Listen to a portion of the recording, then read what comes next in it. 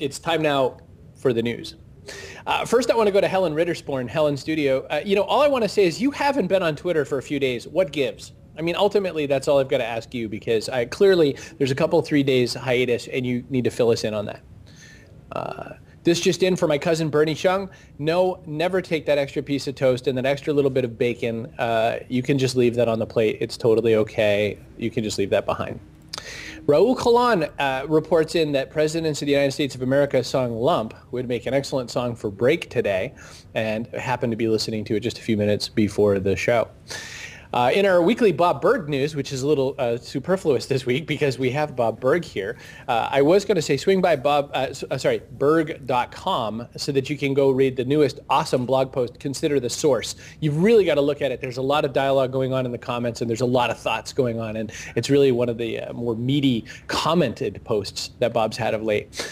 Our friend Greg Hartle reports that he believes that there's some more signs that the economic winter is coming. But I will tell you this. I was just at a Vistage meeting outside of Chicago, and Vistage is this group. It's a mentoring group for CEOs. It's sort of like what we do at kitchen table companies, but add a few zeros to what they charge you.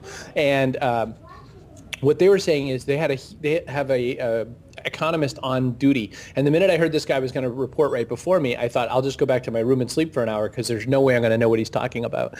And Greg, I just want to point out to you that the economic winter is not coming. We actually have 2 more good years, and then 2014 is going to be a very bad year, but not as bad as 2008. I have this on a big slide. I can show it to you. Don't worry about a recession winter. Everything is going to be fine. C.A. Huggins, our friend Catherine, who's, I think, turning into the show for the first time. I just wanted to shout out and say hi. I also want to say hi to Jacqueline, who I didn't put any news up for.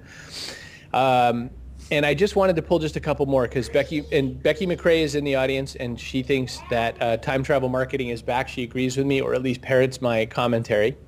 And also, I wanted to report that, in Bob Berg News Part 2, Melinda Thrasher, evidently a Bob Berg fan. Bob has a huge group of fans, and whenever he says he's going to show up somewhere, they all just rush in. So I just wanted to say hi to Melinda for showing up.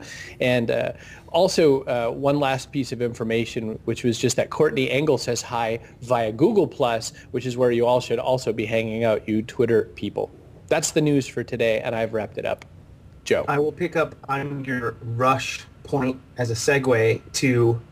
if the next time, I haven't written the numbers 2012 yet, but I did it 3 times today, and I wrote 2112 every single time.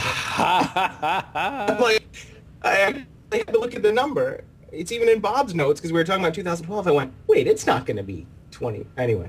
So in Rush News, Geddy Lee reports that they're getting ready to do a replay of one of their albums. I think it is 2112, from side A, song 1 to side B, the end of the album. And they're saying that this is really great. They feel really excited because they've been playing all their new stuff. Meanwhile, Rush fans say, there's new stuff? All right. Absolutely. We could just do the news. Forget the show. However, we cannot forget the show today because we do have our distinguished guest. I forgot one thing. I'm such a tool. I'm so glad I got a text. And I have a charity that I want people to look into. This is real. This isn't like a jokey one. ChrisBrogan.com/projectmore brings you right to the post. Jacqueline Carley, who's the Fitarella show on the Pulse, her mom is actually doing something in Boston to help out women. There are these moms and their children and the staff who are looking to have a nice holiday dinner. Because it's a grant-supported project, there's not exactly money laying around for this. And normally the staff just pitches in a couple of bucks and tries to make something good happen. But I thought, wouldn't it be kind of cool? And Jack agreed. What if we could do something really cool where we got a bunch of people together and donate it to this? So swing by chrisbrogan.com/projectmore. Just drop off $10. If everyone who's watching the show right now dropped off $10, we're already 50% there. We'd be done. We'd be done this donation and all over with. So swing by. It's a little chip-in widget. If you're on an iPad, you've got to get off of the iPad because it doesn't show up. But other than that, help us out.